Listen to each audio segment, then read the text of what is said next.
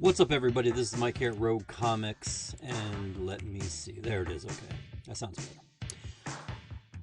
This is the second, I want to say? Second, yes, second Wednesday of the month.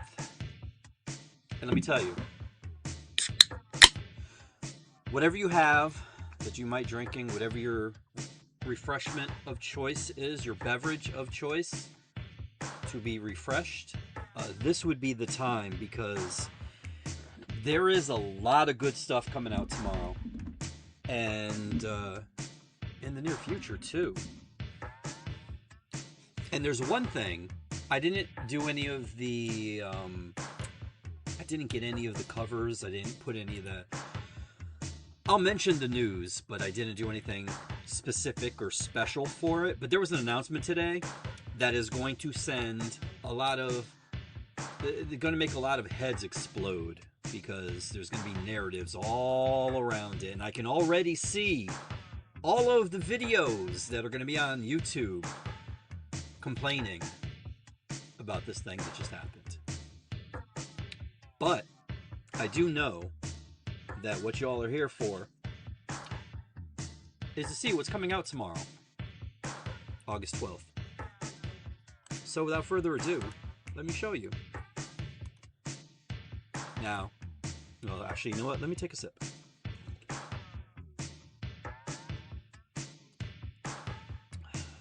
Okay. Now another one, because it's been a day. We always start off with DC. It started this way because for a while there, DC wasn't really doing too good. I don't blame DC per se. What I do blame are the individuals that were passing it around. You know, when you get lawyers and accountants involved in anything creative, it usually ends up screwing the thing up. And that's what was going on with DC as a company, because they were getting passed around. There was, I mean, I don't even know how many owners they've had in the grand scheme of things. It's been a lot. But when you don't have that sort of stability that you need to come up with things, to announce projects, put projects together, etc., then it's not a good thing. For a long time, DC didn't have that. Now, it goes without saying, even after they got the Absolute Universe off the ground and all-in stuff, all-in initiative and all that, and things were getting better, they were sold yet again. Like, they just can't stop being sold.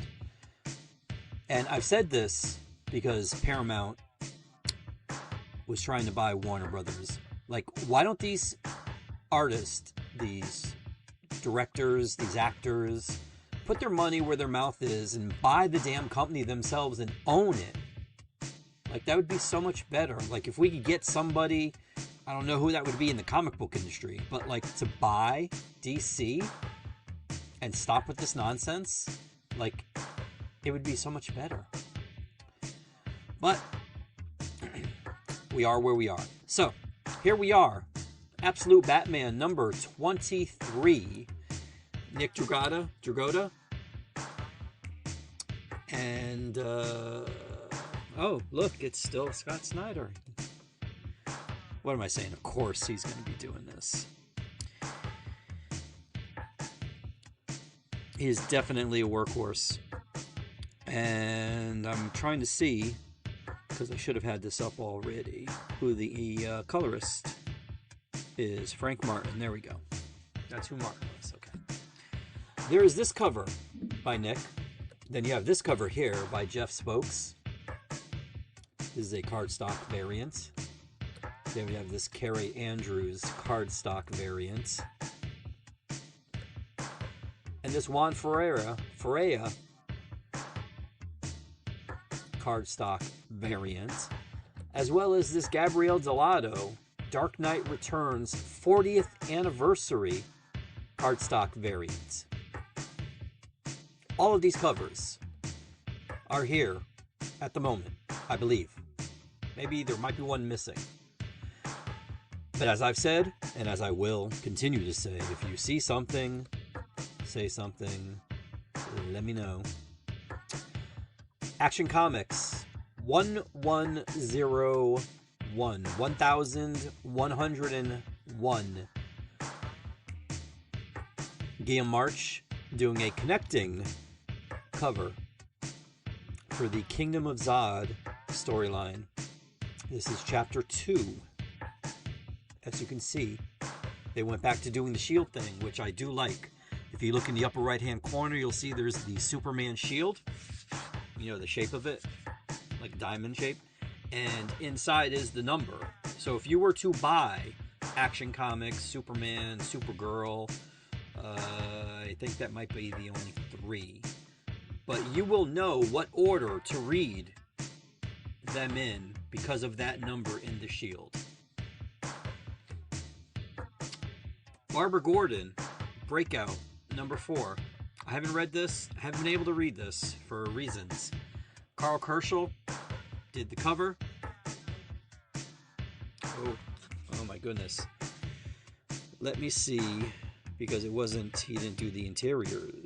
Who did the interior? Amanse Nahuapan? Okay. Batman and Robin, Year 1, Dynamic Duos, number 1. This will be a 12-issue miniseries. Chris Samney handles both the cover and the interior art, with Matt Lopez doing the inking, I guess, coloring, whatever it may be. Let's see. Colorist.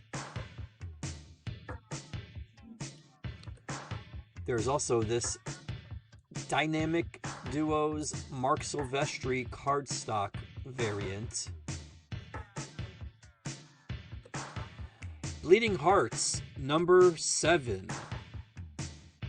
Dennis Camp, Stepan Morion. Love the art in this book. And I gotta say, I may, let me see.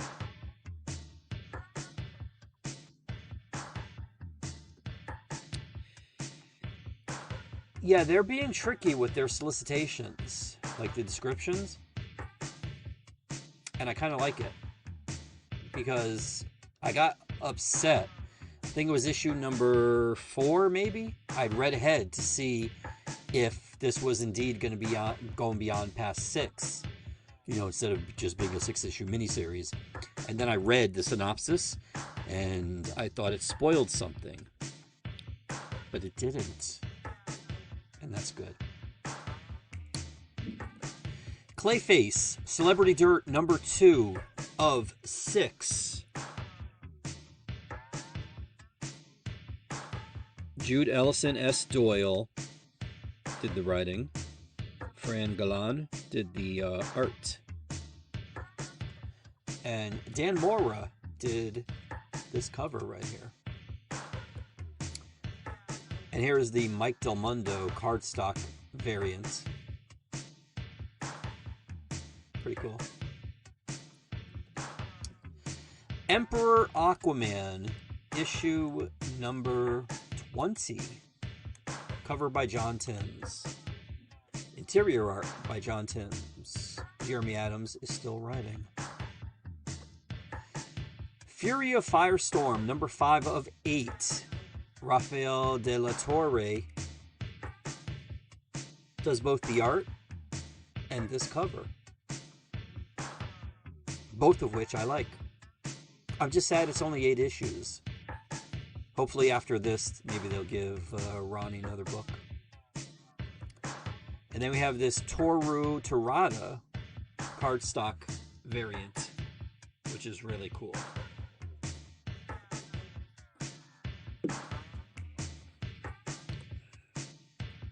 Green Lantern Corps, number 19, Fernando Pasarin did the cover.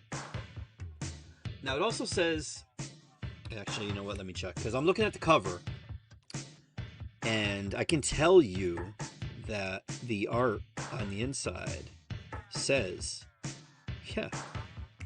Oh, well, okay. Morgan Hampton is the writer. Juan Jose Rip is the artist. Then it says Fernando Pasarin is the penciler. I don't know why that distinction was made, but I do recall that Rip's art is inside. And it's also Pasarin who did the cover right here. Then you also have this Jorge Fornes cardstock variant. I love this series he's been doing with each individual lantern, what it stands for, and the representative. Really cool idea. Supergirl, number 16. Guillaume March connecting. This connects to Action Comics. And look, it's number 1, so you read this one first. Although, you really should have had Action Comics from the previous issue, 1100, before reading any of these. Because that's where things started jumping off. Also, this is the last title for DC this week. We have this Nubovich cardstock variant. Also, the Stephanie Hans cover here. And lastly, Joe Quinones cardstock variant. Supergirl. And you know what? I forgot to look. Oh, Quinones also does the interior art. So Sophie is just writing. And unfortunately not drawing. But that's okay. So if he needs a break, then I'm all for that. As long as they come back for a next issue. And Paolo Vininelli, they also say that Paolo's an artist in this book too. So I don't know. But I can tell you that's it for DC. Over in the MCU. Look, it's a character that's had a pretty busy week. This is the Amazing Spider-Man.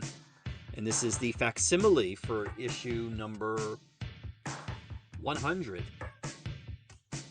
Actually, let me switch this here. There we go. Okay. And then we have Spider-Versity. Amazing Spider-Man Spider-Versity number 6. No, 5. 555.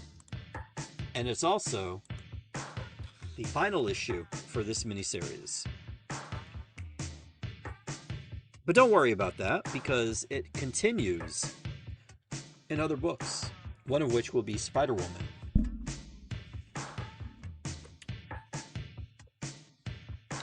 Doctor Strange, number 9, is right here with a cover by Alex Horley. Derek Landy and Ivan Fiorelli. Writing art. This is a Superlog variant. I wonder what it looked like under a blue light. Or a black light, rather.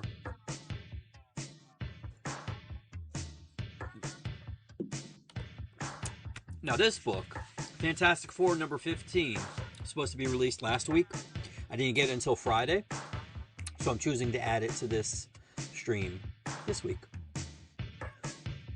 Humberto Ramos is back, and you know what, let me go back a week here, tell you a little more.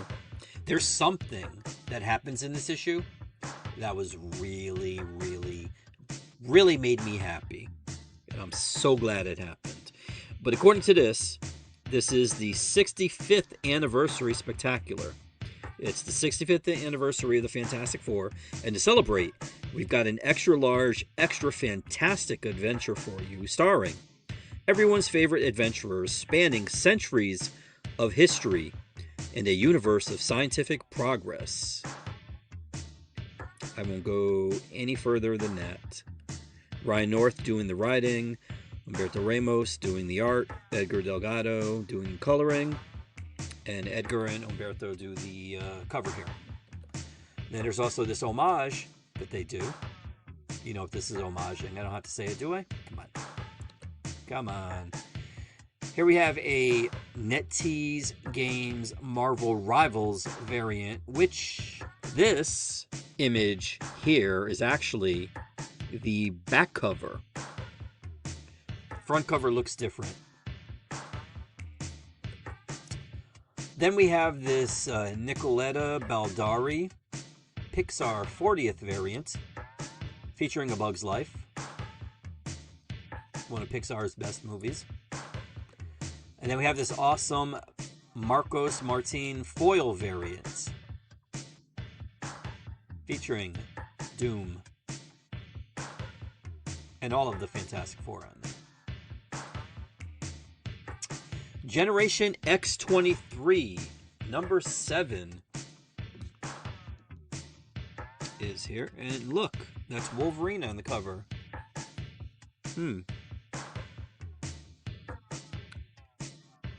Interesting. And I think, let's see, 8, 9. Oh, so far we're only going up to number 9.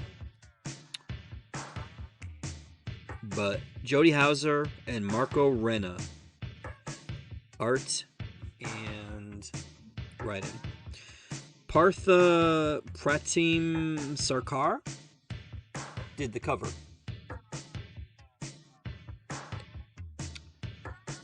Infernal Hulk, number 10. Featuring Banner versus the Infernal Hulk, question mark. We'll leave it at that. Oh, and this is the final issue. And this is Legacy number 821, which is what Comic Geeks has listed there. Nick Klein did the cover. Unfortunately, he doesn't do the interior. That's Adam Gorham. And Philip Kennedy Johnson did the writing. Here is a Jose Maria Casanovas variant and a Herman Peralta variant. And also, damn it. I was hoping it would, automatically, but it didn't. You know what? Let me see if I can do it. Hold on. We're going to fix this. I'm going to have to scroll through everything again, but we will fix this. I hope, he says. Hopefully. Okay, here we go. We're going to zoom through this. A couple more. Okay, here we go. Fingers crossed. Let's see if it worked. Nope. OBS. There's no rhyme or reason to any of this that OBS does. At all. Ever. You can never figure it out. Sometimes it'll do it. Sometimes it won't, and I don't know why. But this is an awesome cover by Jonas Scharf, and it's a wrap cover. They're calling it the Wraparound Battle variant. And as you can see, you got the Fantastic Four on there, Captain America, Iron Man, versus the Infernal Hulk. You also have this Mauro Cassioli, Spider-Man Brand New Day, Marvel Studios variant. This is Infernal Hulk number 10. This is Jeff the Land Shark Superstar number 2. Cover A. And this is by, unfortunately, they don't list their artist in the file name. Gurihiru, Kelly Thompson, and Tokoro.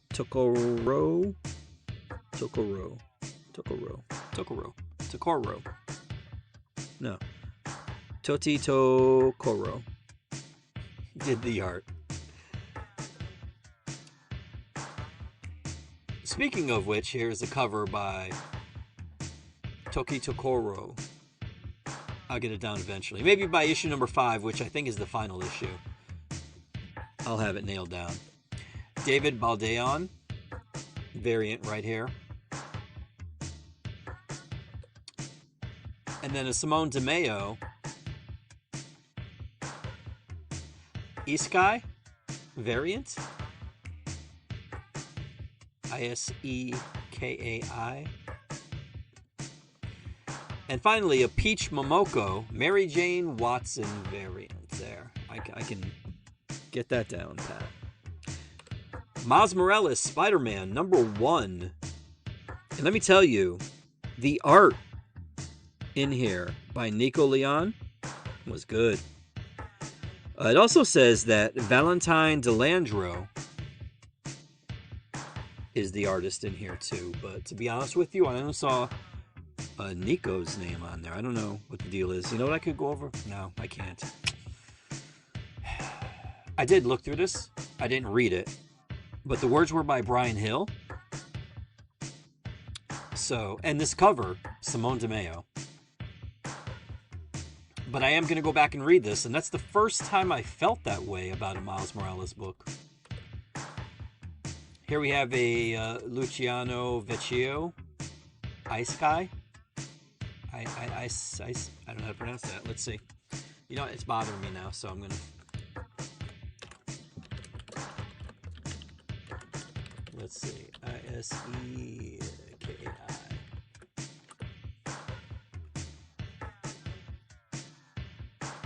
Isekai. Isekai?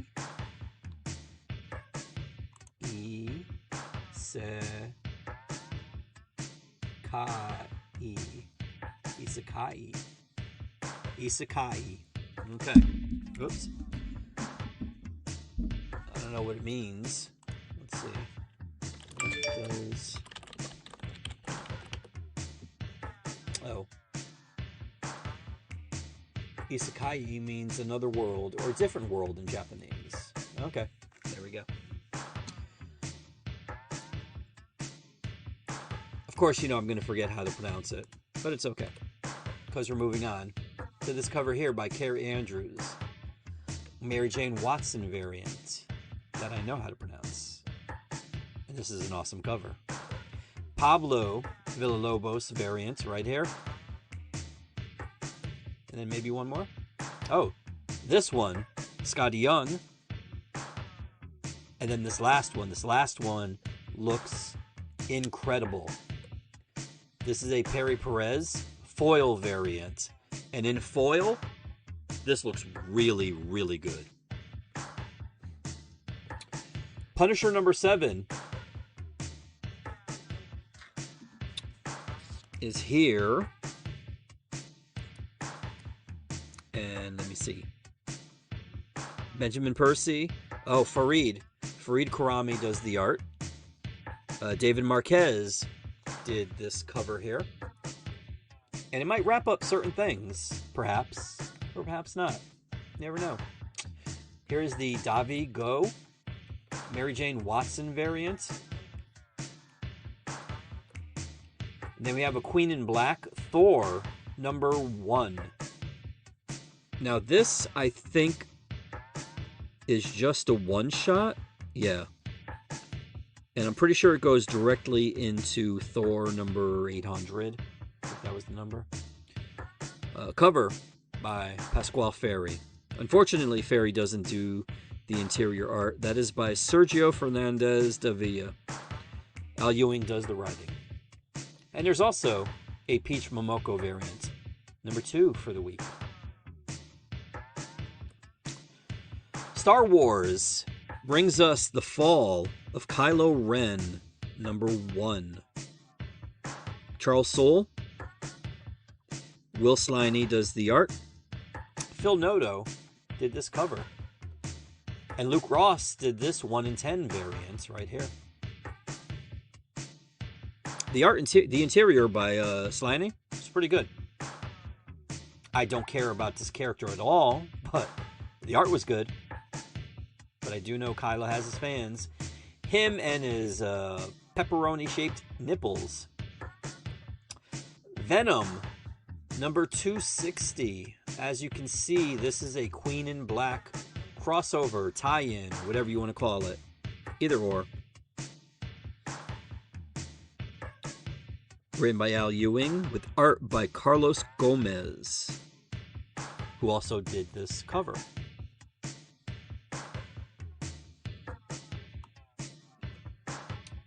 Wolverine, number 25, which I believe wraps up, well, nah, I'm not going to spoil anything. Saladin Ahmed, Martin Coccolo, and Dan Panosian did this cover. John Romita Jr. did this cover. And Jock did this cover. Although this is called the Marvel Games variant, which is actually an homage to... oh, see, now, why is it not showing up? What's up, Paul? The Queen in Black is Hela, and it's a mini-series right now. I think they're on issue number 2.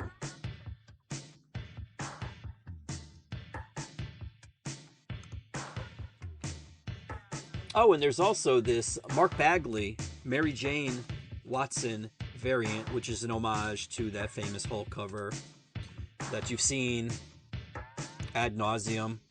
Everybody's homaged it. I don't mind this.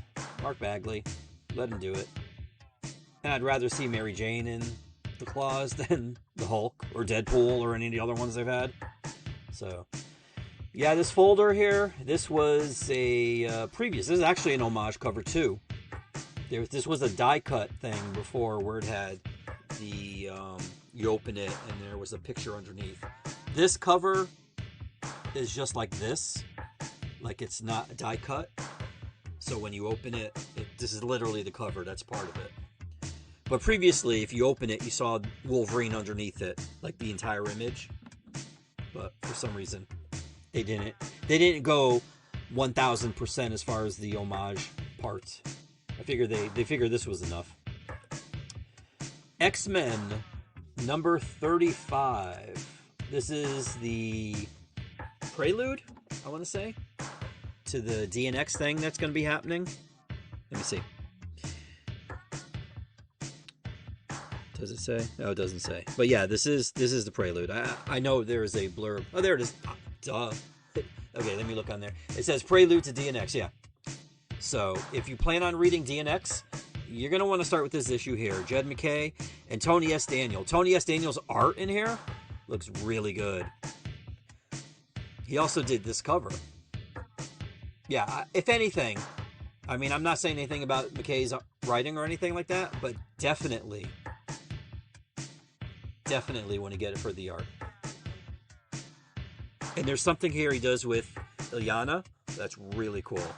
Like, I liked it. I liked it a lot. There's also this Alexander Lozano 80s Magic variant. Getting her little 80s hair metal on. X-Men 97 Season 2 number 3. This is a really good cover. And it's not even the best one for this week.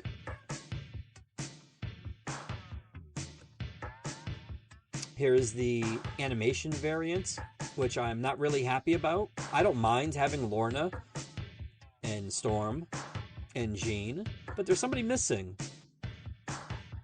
Like, if you're going to have all the women on the cover, you might want to have the best woman on this show, which is weird. I wonder why. But this is the cover out of the 3 that I really like the most. This is a really cool cover. I like the layout. I like the art. I like everything about it. This is the Adam Stafford variant. Yeah, that's what I'm saying. Where's Rogue? But yeah, this one is the and I like the way the corner, the box up there, the character box. You know, I forgot what it's called. Upper left-hand corner. That is on the cover too. X-Men United is up next. Oh, it's also the final book. And this is issue number 6. Well, not final for X-Men United, because I believe it's going to end with issue number 10. But it is the final as far as Marvel is concerned for this week. And this one here is drawn by Stefano Caselli. And written by Evan Narcisse, I guess, and Eve Ewing, with art by Eduardo Pansica and Tiago Palma, according to Comic Geeks. Here we have a Gleb Melkinov Mary Jane Watson variant, as well as this Marvel Tokan Fighting Souls variant with Kamala. And lastly, when I saw this cover, I'm like, this is the thumbnail. Like, I wanted to do maybe another Spider-Man one, because why not? You know, brand new day and all that stuff. But when I saw this, I'm like, this is the cover. I mean, this is the thumbnail right here. This is a badass cover. There's only one thing that I would do differently, because you have three of the most important, well, technically four of the most important, well, technically five of the most important X-Men on this cover. You got Cyclops, you got Wolverine, you got Kitty Pryde, you got Nightcrawler, and of course Rogue. Juggernaut, nah. Emma, nah. But this is it right here. This was, and luckily I was able to find a Virgin variant, so this was the thumbnail, no doubt. Now, if he had gotten rid of Emma and took off Juggernaut and maybe put on Colossus, maybe, you know, then it would have been a perfect cover. But I like it. I like this the way it is. And I like the way Wolverine and Cyclops and Rogue are up front and everybody else in the back. Kitty, they could have pushed up a little more. And Nightcrawler too, definitely. But this was definitely the thumbnail. And that wraps up Marvel for the week. Now, I know I said this last week, but this week has to be one of the busiest for independent books. With, oops, where am I going? Nope, wrong one, sorry.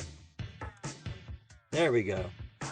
Adventure Time, quadruple feature, number 2. Now, this is by Oni Press, and Penguin Random House didn't start carrying Oni Press until number 2 was out. So unfortunately, I mean, I can't get number 1. I tried. Doesn't work that way. I don't know about Iceman. Maybe. I don't know.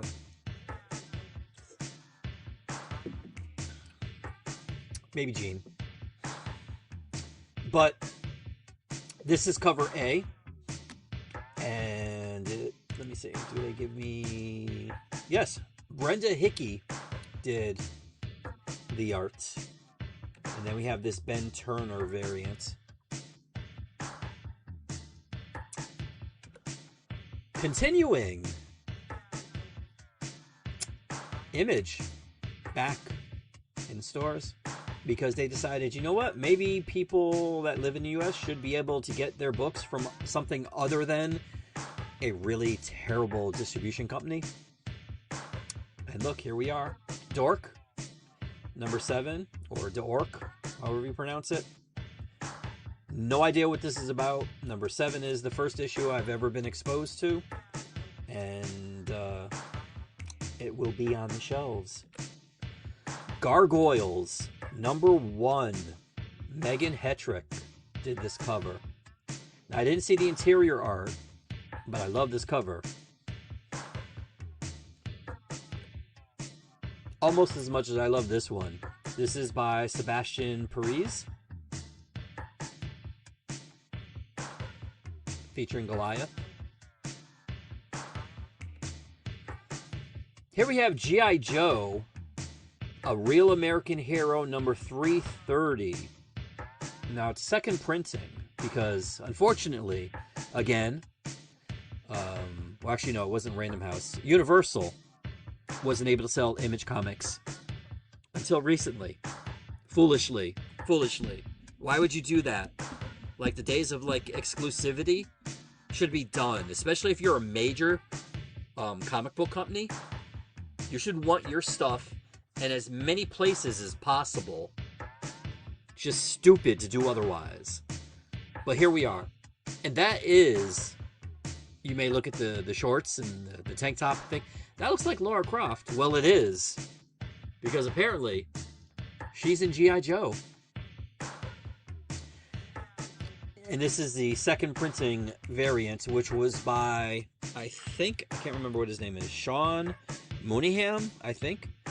It was the dude that was doing, see it again, I haven't read G.I. Joe in a while, but he was the one that was doing, where is it? Okay, Real American Hero, Chris Mooneyham.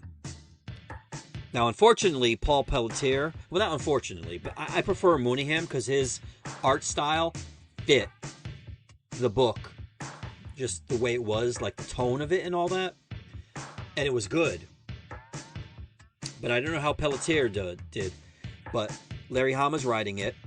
However, Chris Mooneyham did the cover here with Laura on there. And that's number 330. Godzilla Monsterpiece Theater presents Roar of the Worlds. Oh my god. Number 1. IDW is doing some really weird things with Godzilla. And I don't have a problem with it. Why doesn't it have anything listed here? Here we go. Okay. Damn it. Unfortunately, this is a one-shot. One and done. And Kyle Baker did everything on here. Except the cover. This cover here is by Tom Scioli. And unfortunately, it's, like I said, it's only one issue. Darn it. But here we have the Kyle Baker variant. So if you like this cover, this is what you're getting on the inside. And then the Flops variant. FLOPS! Exclamation point. Who, if you don't follow on social media, you really should. Their stuff is incredible. Incredible. And I hope there's more of it.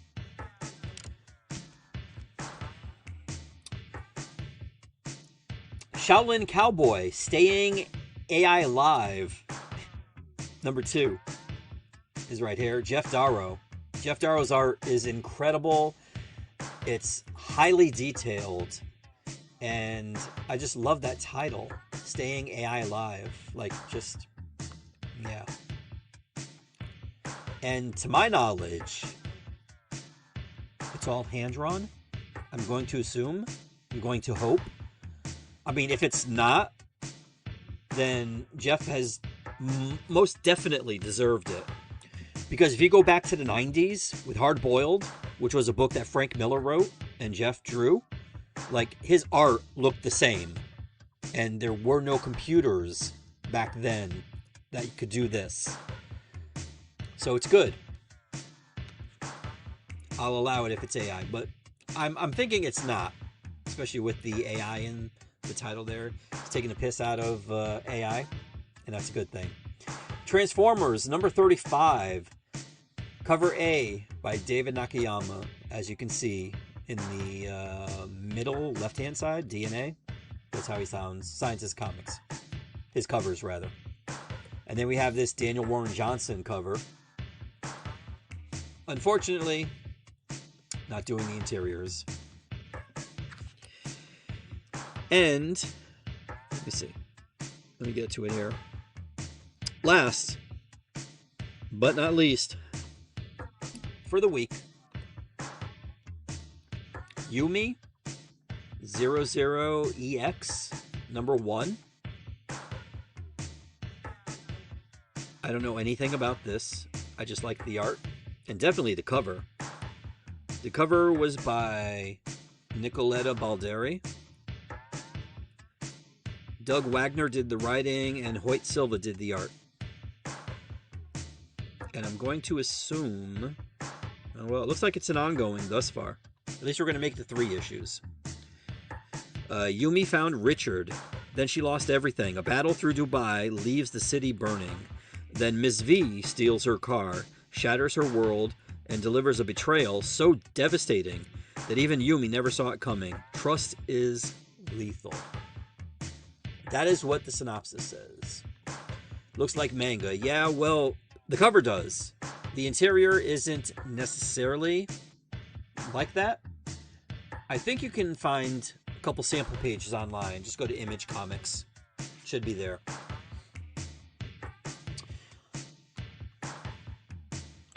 And actually, I think besides the cover, the art was pretty good too on the interior, so that's what got me to order it. I'll give it a try, at least for 2 issues. See what happens. If it sells, it sells. And that, my friends, brings us to the end of this stream. For some reason, I don't know why the social stream isn't working. I can't highlight. And I did try it before the stream started, and it was working. But for some reason, it stopped. So I can't highlight any chats, even though Paul's the only one that's been chatting. So that is it. Thanks for watching. If you saw anything that you want and you're local, then by all means get in touch with me. Let me know what you want me to put aside for you. I will be more than happy to do it. Hold it for you until you get in tomorrow. And if you don't happen to be local, you could still get in touch with me and say, hey, I want that. And we can work on getting it over to you. There's the address to get in touch with me, direct.me/roguecomics. You go there. There's buttons. Whatever social media you might frequent, it's on there. Send me a message. Get in touch with me. Let me know. If you want to do it the old-fashioned way, you can go to Facebook and then type in Rogue Comics CT. That'll bring you to the store's page. Or you can go to Twitter, TikTok, or Instagram, Rogue Comics. Send me a message there. However you want to do it, I'm easy. Send me a message. Let me know what books you want, and we can make it happen. Thank you for watching. Oh, I forgot. At the beginning of the stream, I mentioned something, that there was going to be something happening. You know what? Hold on. It's only going to take me a second. Let me see if I can get this. Nope. We'll do it this way. Media source. Okay. Add directory. There was something announced earlier today. And it's pretty significant. Where can I find it? Nope. That's weird. Thought I had it up here. There we go. There we go. Okay. Oops. And I canceled it. Idiot. It's not going to happen until January. There we go. You ready? You ready? Marvel will be teaming up or crossing over with Star Wars. Kevin Smith will be writing. David Marquez will be doing the art. And it will be a 5-issue miniseries starting in January. This is the first cover. Now they are connecting covers. Oh, I gotta... Oh, because it's... Wait a minute, why is it doing that? There we go. There's cover number 2.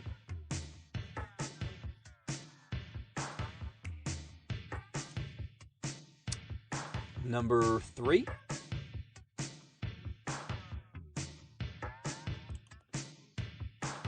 Number 4.